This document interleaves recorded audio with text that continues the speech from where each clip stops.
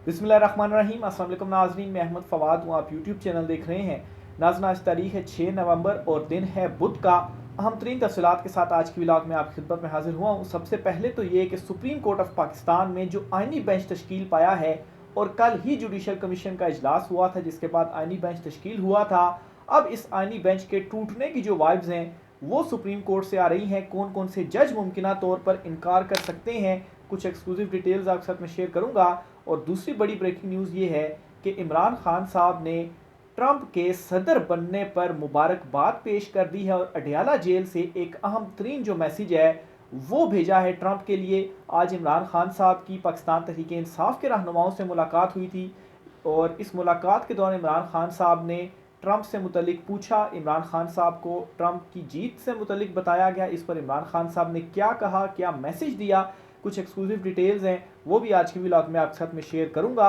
और आखिर में नाजरीन, डोनाल्ड ट्रंप की जो जीत है इसमें कैसे ओवरसीज़ पाकिस्तानी जो कि इमरान खान साहब के सपोर्टर्स हैं इनका बड़ा किरदार है, और ट्रंप ने इमरान खान साहब की तस्वीरें दिखा दिखा कर अपनी कंपेन कैसे की। ये लोग कह रहे हैं ना कि ट्रंप से अब उम्मीदें लगा ली हैं पाकिस्तान तहरीक इंसाफ ने कि इमरान खान साहब की रिहाई होगी। ऐसा नहीं है, बल्कि इमरान खान साहब का कद इतना ऊंचा हो गया है कि ट्रंप भी अमेरिका में इमरान खान की तस्वीरें दिखाकर इलेक्शन जीता है। इस पर भी कुछ एक्सक्लूसिव तफसीलात हैं वो भी आपके साथ में शेयर करूंगा। सबसे पहले तो नाज़रीन आपको बताता चलूँ जी कि इमरान खान साहब से जो जेल में मुलाकात हुई है, इस मुलाकात में इमरान खान साहब ने क्या कहा है। अली मोहम्मद खान, इसके अलावा अलीमा खान साहिबा, इमरान खान साहब की जो बहनें हैं, बैरिस्टर गोहर, दीगर जो रहनुमा हैं, उनकी आज इमरान खान साहब से जो मुलाकात है वो हुई है। और इस मुलाकात के हवाले से जो डिटेल्स पीटीआई रहनुमाओं ने खुद ही बाहर आकर बताई, इवन कि अलीमा खान साहिबा ने भी गुफ्तगू की। इसमें जी इमरान खान साहब की जानिब से ये पूछा गया बाकायदा तौर पर कि अमरीकी इंतखाबात का क्या बना, ट्रंप का क्या बना। तो इमरान खान साहब को बताया गया कि ट्रंप जो है उसने शिकस्त दी अमरीकी एस्टेब्लिशमेंट को, अमरीकी डीप स्टेट को या अमरीकी जर्नेलों को। और थैंक्स टू वहाँ की जो अदलिया है कि वहाँ पर कोई काजी फाइज ईसा नहीं था, कोई सिकंदर सुल्तान राजा नहीं था। फ्री एंड फेयर जो इलेक्शंस थे वो हुए और इसके बाद ट्रंप जो है वो जीता। इमरान खान साहब को ये बताया गया, जिस पर इमरान खान साहब ने खुशी का जो इजहार है वो किया। लेकिन एक बात मैं यहाँ पर ये वाजे करता चलूँ कि ये पाकिस्तान तहरीक इंसाफ ने अनाउंस भी कर दी है अपनी पॉलिसी कि जो हमारा एक बयानिया था या जो हमने एब्सोल्युटली नॉट कहा था, हम उसके ऊपर कायम हैं। ट्रंप के आने से, पॉलिसियां तब्दील होने से पाकिस्तान में भी कुछ जो तब्दीली आएगी वो पॉलिसी की तब्दीली से आएगी। उसमें ये नहीं होगा कि कोई कॉलें करके तो कहा जाएगा कि इमरान खान साहब की जो रिहाई है वो हो। और इमरान खान साहब ने जो इस हवाले से गुफ्तगू की है, ये सारी चीज़ें आपको क्लियर भी हो जाएंगी कि कैसे एक जो प्रोपेगेंडा है वो बनाया जा रहा है। इमरान खान साहब ने ये कहा है जी कि एक तो जो जीत है उस पर उसको मुबारकबाद दी जाए ट्रंप को। दूसरे नंबर पर इमरान खान साहब ने कहा जी कि उससे एक दोस्ती का ताल्लुक है और जब मैं प्राइम मिनिस्टर था तो इससे रेगुलरली फ़ोन कॉल्स पर जो गुफ्तगू थी वो हुआ करती थी। और इमरान खान साहब ने कोई अपनी रिहाई से मुतलिक जो बातचीत है वो नहीं की। और इमरान खान साहब ने ये कहा है कि ये तवक्को है कि जो इंतज़ामिया है अब अमेरिका की, वो चूँकि अब तब्दील हो चुकी है तो इससे अब अमेरिका का जो रोल है वो एटलीस्ट न्यूट्रल हो जाएगा। यानी कि इसका मतलब क्या हुआ कि बाइडेन इंतज़ामिया में जिस तरह से रिजीम चेंज हुआ, इमरान खान साहब को हटाया गया और इवन कि जो जुल्म फस्तायत हुई पाकिस्तान तहरीक इंसाफ को जैसे दीवार के साथ लगाया गया, तो पॉलिसीज़ जो थी वो यही थी कि इमरान खान को जो है वो साइड पर करना है। तो अब इमरान खान साहब ने कहा है कि ट्रंप के आने से क्या होगा, नई इंतज़ामिया की एटलीस्ट जो पॉलिसीज़ हैं वो न्यूट्रल होंगी। न्यूट्रल का मतलब ये है कि वो किसी भी मामले के अंदर जो मुदाखलत है वो नहीं करेंगे और एक जो हाथ रखा गया था ताकतवरों के ऊपर, वो हाथ उनके सरों से हट जाएगा। हाथ सरों से हटने का मतलब क्या है कि ये जो पामालियाँ की गई या ये जाली जो मुकदमे बनाए गए, जब इस हवाले से ओवरसीज़ पाकिस्तानी या जो इमरान खान साहब इंटरनेशनल लेवल के ऊपर भी इन मामलात को जो है वो जुल्फ़ी बुखारी या दीगर जो हैं वो देख रहे हैं और पाकिस्तान में भी जो इन चीज़ों से फ़ाइट कर रहे हैं, तो एक दबाव आएगा। क्योंकि आगे तो मोहल्ले का चौधरी भी साथ मिला हुआ था ना, उस चौधरी के कहने पर ही सारी जो चीज़ें थी, उसकी पॉलिसी इस तरह से थी कि उस तरह से जो तब्दीलियां हैं वो लाई जा रही थी। तो जब वहाँ पर चौधरी की तब्दीली से चीज़ें न्यूट्रल होंगी तो फिर जो दबाव बढ़ेगा उसको ये बर्दाश्त नहीं कर पाएंगे और चाह कर भी ख़ास तौर पर अदालतों से जो रिलीफ है या ये जो जाली मुकदमों में इमरान खान साहब को फंसा कर और सज़ाएँ दिलवाना और जेल में रखा गया, वो ये नहीं कर पाएंगे। तो ये असल में जो सदर ट्रंप मुंतखब हुए हैं उनके आने से ये चेंजिंग होगी। ये नहीं होगा कि वो कोई कॉलें करेंगे और कहेंगे कि इमरान खान साहब को जो है वो रिहा करें। इमरान खान साहब को तो नाजायज़ पकड़ा हुआ है ना, तकरीबन 1.25 साल से ऊपर हो चुका है। इमरान खान साहब जेल में हैं जाली मुकदमों में, वो तो नाजायज़ पकड़े हुए हैं ना इमरान खान साहब। कोई उनके ऊपर मुकदमा तो है नहीं, और बल्कि जिनके ऊपर मुकदमे हैं, जिन्होंने करप्शनें की हैं, वो तो चुनतखब हुकूमत का हिस्सा बने हुए हैं, डीले करके आए हुए हैं। और चूँकि बाइडेन इंतज़ामिया की मुबीना तौर पर थी पॉलिसी इस तरह की, और ट्रंप के आने से इसी वजह से ज़्यादातर लोग जो हैं वो चुनतखब हुकूमत जो है वो खौफज़दा भी इसी वजह से है।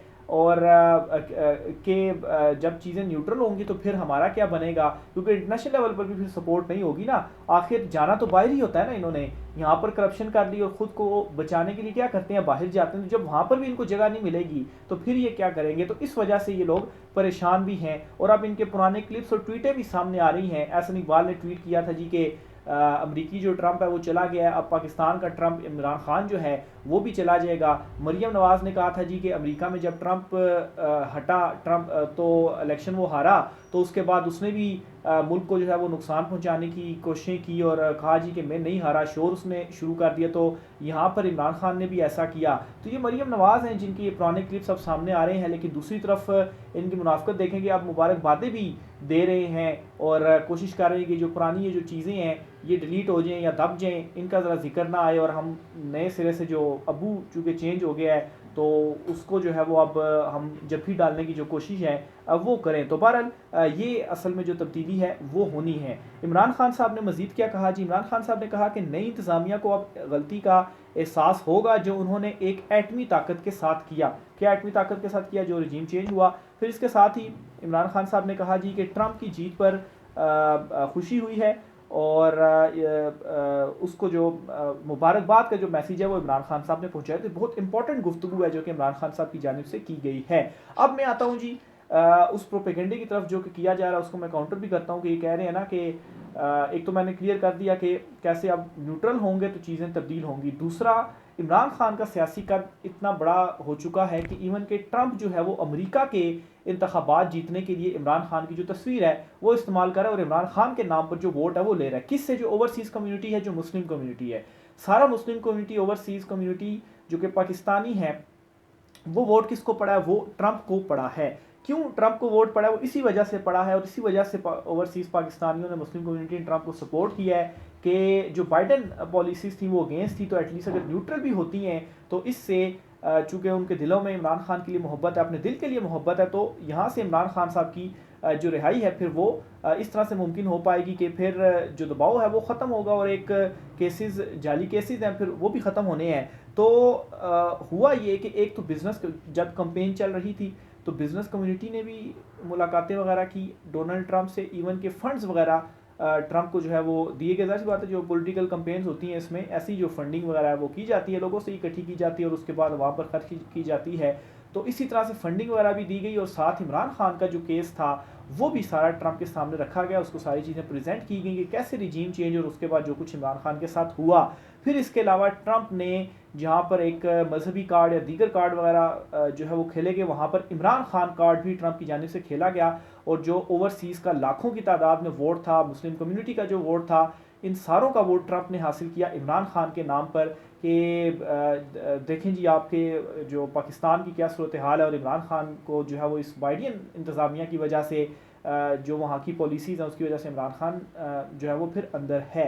तो ये जी एक डिटेल्स भी सामने आ रही हैं और ये ब्रीफिंग्स दी जा चुकी हैं। अब देखें, वादे वही तो हुए हैं। अब जब ट्रंप अब मुंतखब तो हो गया है, वाइट हाउस में भी पहुंच गया है, लेकिन चूँकि वो प्रोसेस कंप्लीट होने में 1-2 दिन लग जाएंगे, उसके बाद जो है वो चीज़ें मज़ीद वाज़ेह होना शुरू हो जाएंगी। आखिर में जी सुप्रीम कोर्ट ऑफ पाकिस्तान से भी आपको एक ख़बर में देता चलूँ कि सुप्रीम कोर्ट ऑफ पाकिस्तान में ये गुफ्तगू भी शुरू हो चुकी है और एक वाइब्स भी आ रही हैं कि जो आइनी बेंच बनाया गया है, जो कि कल ही इजलास हुआ और इसके बाद इस आइनी बेंच को बनाया गया जुडिशल कमीशन के इजलास के बाद, और इस आइनी बेंच के मुताबिक जस्टिस अमीनुद्दीन खान को सरबराही दी गई आइनी बेंच की और दीगर जो इसमें 6 मेंबर्स हैं, इनमें से 3 मेंबर्स ऐसे हैं जिन्होंने मखसूस नशिस्तों के केस का जो फैसला था वो तहरीर किया और इनमें से 2 मेंबर्स ऐसे हैं जी जिन्होंने मुखालफत करके यहाँ तक कह दिया था जी कि फ़ैसले को इम्प्लीमेंट ही ना किया जाए, जस्टिस अमीनुद्दीन खान और जस्टिस नईम अख्तर अफगान जो हैं।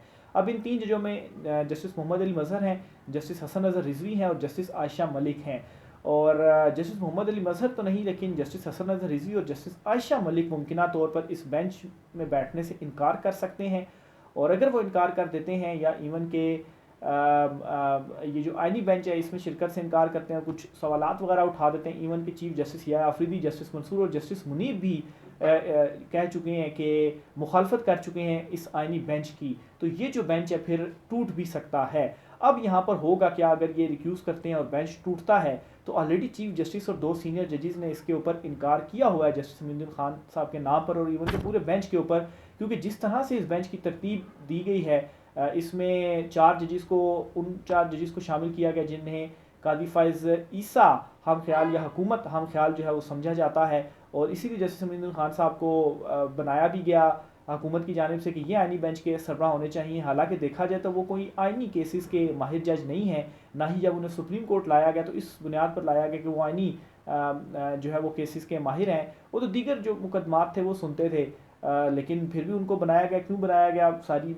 कहानी जो है वो आपको मालूम है। तो जब ये बेंच भी बनाया गया तो इसमें अगर जस्टिस अमीनुद्दीन खान को शामिल किया गया तो उसके बाद जस्टिस अमीनुद्दीन खान के बाद सीनियर जजेस जो थे 6 उनको शामिल किया जाना चाहिए था।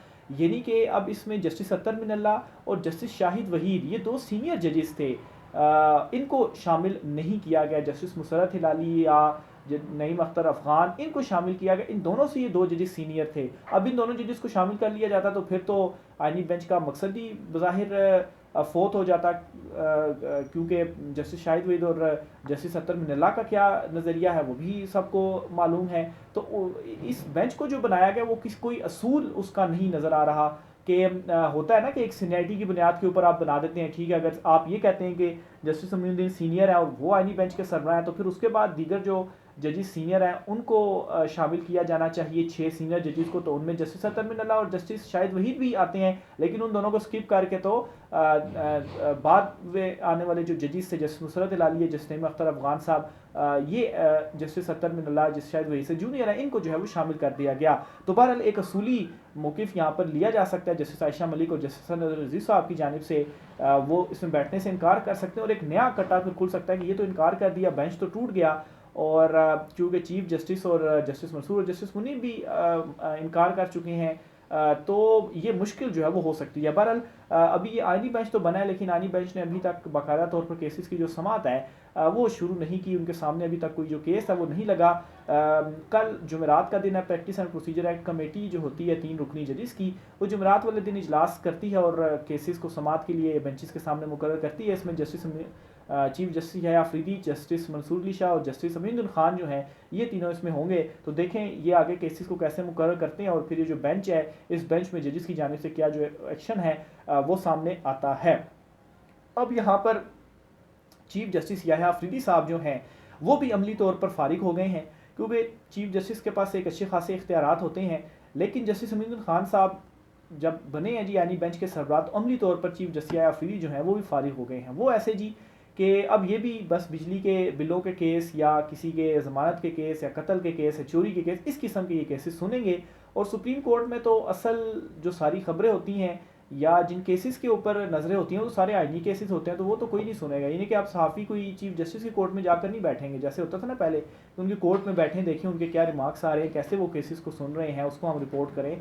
तो वो तो अमली तौर पर फारिग हो चुके हैं, उनके पास तो अब कोई इख्तियार ही नहीं रहा ना, आइनी केस नहीं जाएंगे तो सुप्रीम कोर्ट में और कौन से केसेस सुनने के लिए आपने आना है। हाँ, ये बात अलहदा है कि जो दीगर अवामी नौइयत के मुकदमे होते हैं उनकी भी अवाम की नज़र में अपनी एक वैल्यू होती है और उनको हल होना चाहिए, वो एक अलहदा मामला है। लेकिन हुकूमत का जो असल में निज़ाम चल रहा होता है वो तो आइनी केसेस सारे होते हैं और उसी से ही हुकूमतें गिर भी सकती हैं। हुकूमतें माजी में देखा भी, वज़ीर-ए-आज़म को घर जाते हुए भी जो है वो सुप्रीम कोर्ट से देखा गया, तो असल तो आइनी मुकदमे होते हैं। तो सारे का सारा इस बेंच के बाद इख्तियार आप समझेंगी वो आ गया है जस्टिस अमीनुद्दीन खान साहब के पास। तो अब इसके ऊपर कैसे जो जजेस है वो रिएक्ट करते हैं। ऑलरेडी जस्टिस मंसूर और जस्टिस मुनीब लेटर लिख चुके हैं चीफ जस्टिस अफरीदी साहब को कि आपने फुल कोर्ट क्यों नहीं बनाई है। ये जो था आईनी तरमीम 26वीं आईनी तरमीम जो है वो चैलेंज की गई है।